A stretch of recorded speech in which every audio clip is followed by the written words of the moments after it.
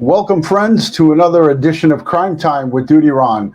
You know the drill. I'm a retired New York City police detective, and if you like all things true crime related from that police detective's perspective, hit the subscribe button, hit the notification bell so you'll get all things DutyRon and Ed Wallace when we go live or upload another video. Hey, it's been a quick minute. It's been since the weekend since I've gone live, but I want to say thank you to everyone who's reached out and asked, hey, DutyRon, are you okay? You got to take a break every once in a while from live stream, and otherwise you can get burnt out really quick.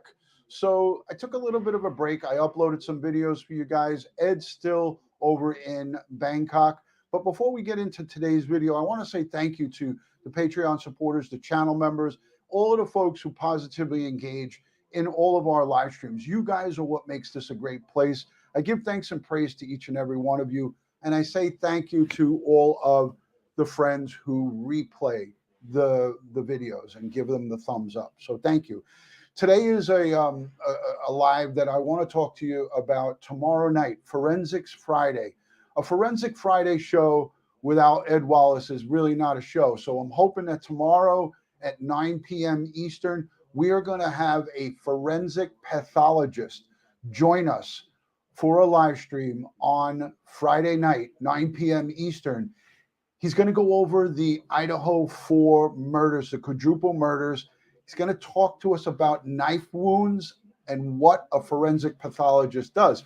Now, knowing that we don't have the autopsy results in on this case, we're going to be asking him generalized questions on, like, what does a forensic pathologist do? Because we know that these 4 victims were contracted to Spokane, Washington, and the medical examiner's office over there conducted the autopsies. But we are going to have a forensic pathologist join us, and Dr. Easton is going to give us everything that we need to know in regards to what a forensic pathologist does during an autopsy, during a situation like this. And we all have questions, we all have concerns, because we really are getting mixed signals from the media. So that's going to be tomorrow night, Friday Forensics, at 9 p.m. Eastern. If you have questions, Amber, thank you for the super love. If you have questions for our forensic pathologist, send them over on to DutyRon.com and just list on there questions for forensic pathologist. Let me just say hello to JC in the chat. Kel is here. Miss Donna Maria, as always. Scout Inquirer, my good friend from upstate New York. Hi. Hey, how you doing? Consuelo, thank you for joining. So again, I can't overemphasize this as much as I want to here, but it's important that we get facts. And here on Crime Time with DutyRon, it's all about learning, and that learning experience for us, we get it from the professionals, and that's where we do our best work. We do our best work where we are getting valid, informed information from the experts. So tomorrow night, we're going to have a forensic pathologist, a doctor, come on and join us at 9 p.m. Eastern. I'm looking forward to that live stream, because I'm looking forward to learning more about knife wounds to a body and what potentially could have happened here in the Idaho quadruple murders. Also, we have information that came out recently. It was released by the Latah County Prosecutor's Office. Ann Taylor, the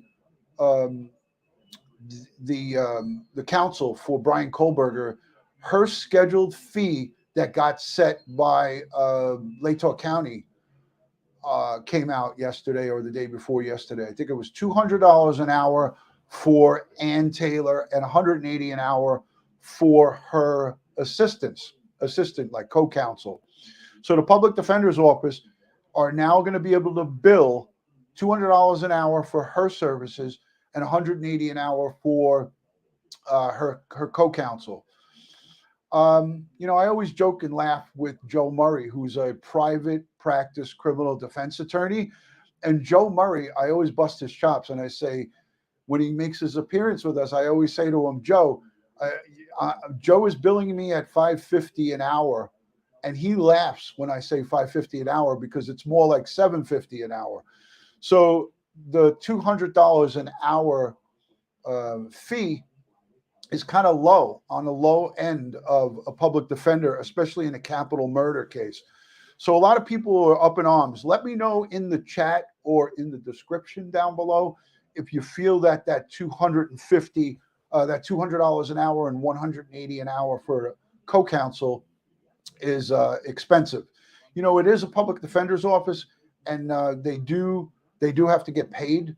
So just let me know in the comments down below or in the live comments section if you think it's too much. Put a 180 to $200 an hour for counsel for a capital murder case. If you think it's not enough, put a 2. If you think it's too much, put a 1. If you think it's not enough, put a 2. So I'm trying to switch it up a little bit. So people are saying way low. Yeah, it does seem low to me because, again, private criminal defense attorneys like Joe Murray, they bill over $500 an hour, easy. A lot of number 2s coming in the chat. Again, I'm using this wireless microphone. Just let me know if the wireless mic is good on the audio as well. After we're done with this, if somebody could just let me know audio is good or audio is not good. If you can, let me know in the chat what you think of the microphone. And then I just want to put my glasses on so I could see you guys. I'm not used to using no glasses. Donna Marie's here. Dawn Marie's here. Matty Boy Sully is in the building. Joey Brooklyn, head of security, is here. Barbara George says at least $750 an hour. Yeah, so I think the $200 an hour is on the low end. On the low end. I got a good audio check from Naboul over in France. Good to see you, Naboul. Thank you for joining. Crime on a Dime. Let's see what she has to say. Crime on a Dime. I'm always concerned. I think it went away. All right, let's see. Where did it go? Some people have no clue, right? Who knows what's right and what's wrong? I will tell you this: a defense attorney knows what's right and wrong, and I think that $200 an hour is very moderate. I think it's very moderate. Daria Moon says audio is good. All right, cool, excellent. All right, guys. Again, I want to get on to the rumors. Rumors again are still swirling. News Nation, and not just News Nation, all of these news outlets. I see it all over the internet. There was the story of Ethan Chapin, who was one of our victims here. Ethan Chapin, 20 years young, was brutally murdered in the 1122 King Road homicide location. And it was alleged that, and I don't know if, again, it didn't come out from law enforcement. These sources, I'm very leery of the sources. Let me know what you think about the sources down below in the comment section or here in the live chat. But Ethan Chapin's best friend supposedly said that he was the one who called 911. Now, again, there's a gag order. The Moscow police chief didn't tell us that. The Latah County prosecutor, Bill Thompson, didn't tell us that. Nobody official told us that other than sources. Again, sources. Ethan Chapin's best friend, allegedly, according to these sources, was the one who called 911. I will wait until the trial commences to get that information. Let me know what you think. Again, like I said, down below in the comments, let me know what you think of it. Again, we're going to be spoon-fed a whole bunch of sources information. We're going to get spoon-fed this stuff. I want to just also tell you quickly, while I got you guys here, okay, while I have you guys here, next week, I'm going to have a forensics, computer, and cell phone forensic expert. She's an expert in networking, geofencing, Bluetooth, cell tower, triangulation, car data from cars. She's an expert in all of this stuff. And hey, kudos to the ladies. Girl power is going to be active and live on Crime Time with DutyRon early next week. And that's going to be the final show that we do pending any new or breaking news on this case. So these are the last 2 live streams for the Idaho quadruple murders. We're going to have a forensic pathologist tomorrow night, and then next week, a cell phone and computer forensic expert to talk to us about Bluetooth devices, to talk to us about what happens when cell phone tower information is subpoenaed and what they can get and what they can't get. It's not that this is rocket science, and it's not information that we are putting out that's going to hurt the case, because this is going to be information that's going to educate us, so it helps us to understand better what we're going to see come going forward from June 26th of 2023. So it'll give us a better understanding. Hey, I'm using a new camera with my setup here. Let me know what you guys think of this new camera that I'm using. It's an Insta360, and I'll show you the box. This is the camera that I'm using. It's an Insta360 Link. It's a webcam, but it's also kind of on a, it's sort of like a gimbal. So if I give it the command, it's going to follow me wherever I go. Let me know what you think of this new Insta360 Link cam. I got one for Ed Wallace. I want to enhance Ed Wallace's, his stream. So I want to enhance everything for you guys. So it is clear. I know I got the lights kind of low. So here's with a little better lighting, but I think that the lighting shines off of my dome. So let me shut that lighting down. So this is probably the most lighting I could use in the studio here, in my work studio, because due to the fact of my shiny dome, it's like a reflective beam. Kim Alliston says the camera is brilliant. I love it. Thank you for that. Yeah, it's like a beacon that is it's like emitting light out of my head. But so these two live streams that we have planned, again, tomorrow night, it's going to be 9 p.m. Eastern Standard Time. That's 9 a.m. Saturday morning in Bangkok. So I'm going to ask Ed Wallace when he gets up later today if he can join us. It's not a guarantee that Ed's going to join us, but we're going to do the best that we can to get Ed Wallace in the studio on Forensic Friday. Let me see if my good friend Diane Banks is in the chat. Diane Banks, if you're in the chat, let me know by saying hello. I want to just do a quick test with Diane Banks and make sure that she is here. Hold on.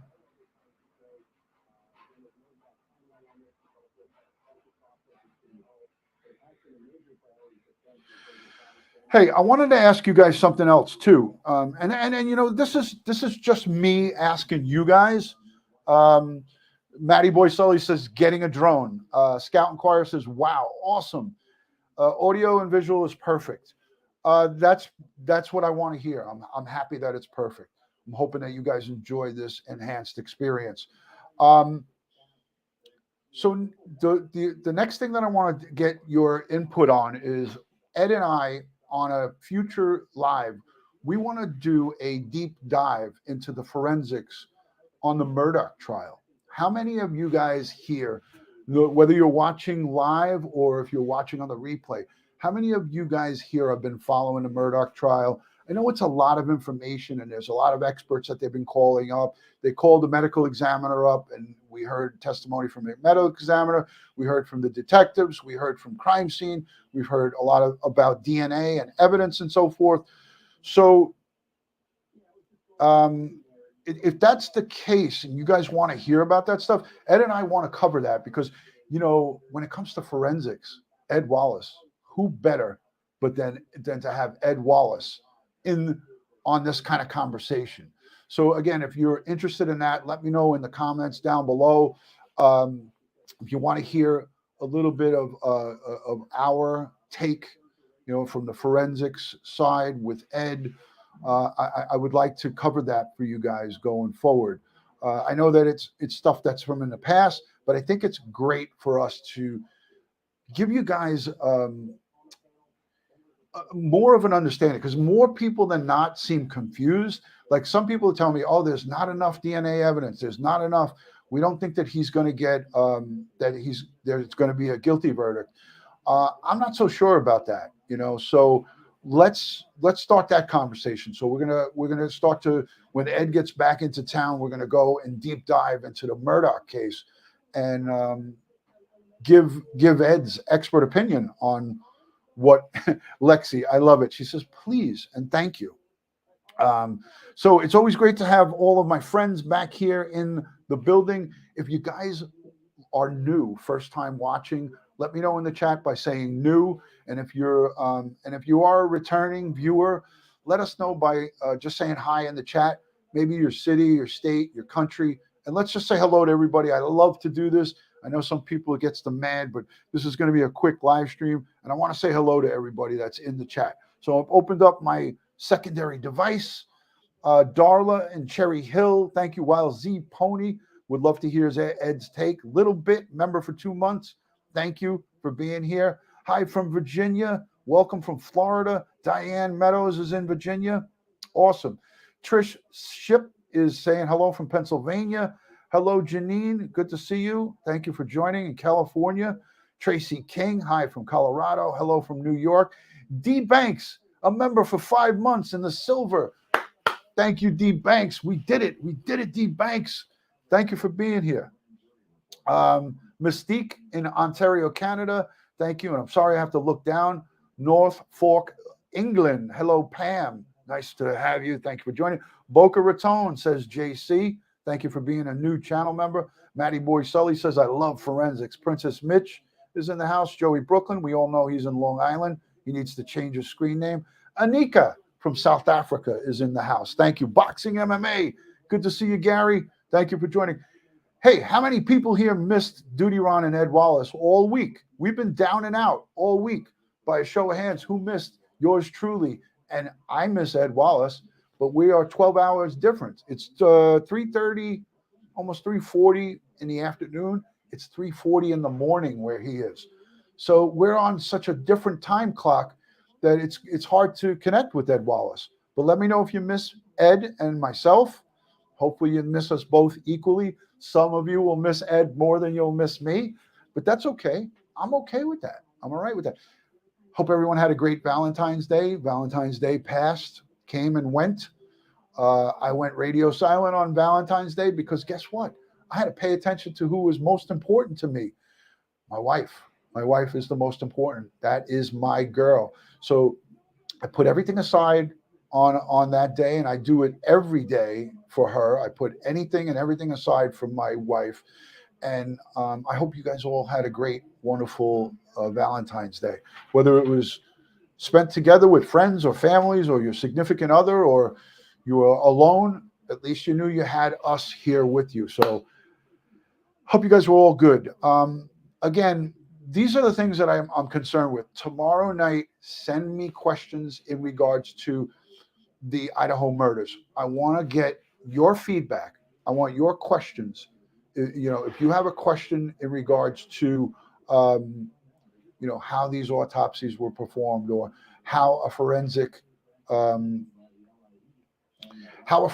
pathologist goes about handling the autopsies of someone who has suffered stab wounds. And again, this conversation tomorrow night is not going to be for the squeamish. So if you suffer from PTSD or anything that is PTSD related, this might not be a good live for you guys tomorrow night. And I'm only saying it because I care about you guys.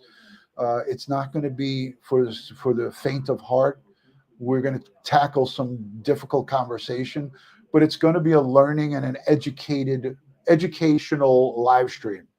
So I hope you guys will all join us tomorrow night. And it's hopefully Ed Wallace will join us. It'll be the morning for him, 9 a.m.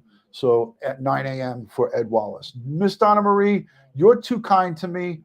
I appreciate your kindness and all your help. So Let It Be Summer says, I'm on a dating app, but I haven't talked to anybody in person or met anybody. Very nervous. All this crime does not make me feel any better. Hey, listen, Do your due diligence. Know who you're going out on a date with.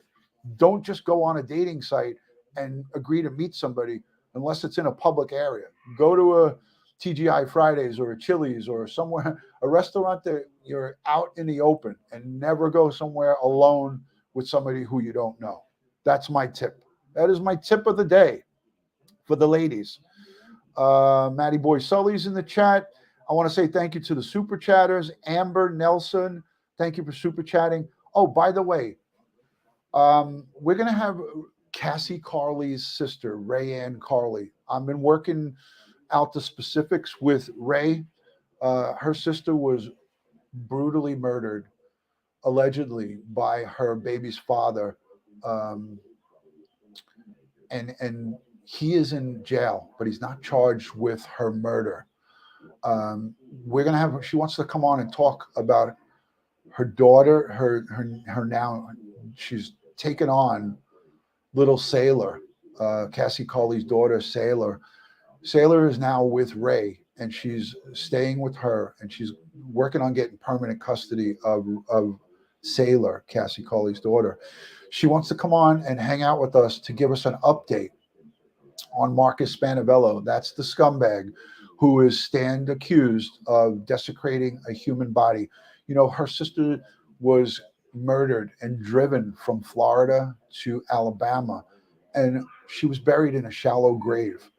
So we are going to have her come on with us sometime this weekend, I believe, and give us an update on that case. So Cassie Carli, look up that case. I have a playlist I'll link in one of the cards along the end cards in the description in this video. Go and check out our coverage. Ed Wallace and I, Barbara Butcher, we all spoke about this case tremendously. And this is a follow-up to Ray. Ray is going to come on and give us an update on Cassie's Law and all of the hard work that she's doing behind the scenes to help make it a safe exchange of custody for parents that are going through divorce or that are going through a tumultuous time. So she wants to come on, and I'm glad to have her come on with us. And I hope that's going to be this weekend, but I don't know for sure exactly when that will be. But we're going to have Ray, Cassie Carli's sister, join us to talk about her sister and her sister's daughter, who she's working on getting custody full time of. All right, guys, I want to just say thank you to the replay viewers, the channel members, the moderators, everybody who positively engages here. You guys are what makes this an unbelievably great place. I am honored and thankful for all of you being here. As I like to end these live streams, God bless the world, God bless the United States of America, and God bless each and every one of us here in the chat, but especially all victims of crime and their families. They need us now more than ever. Let's send them strength, prayers, and positive vibes. I will see you on our next live, which will be tomorrow night, 9 p.m. Eastern. Go over to DutyRon.com and leave us messages or comments or questions, what you want answered tomorrow night. Thank you for joining, and I'll see you soon. Peace, guys.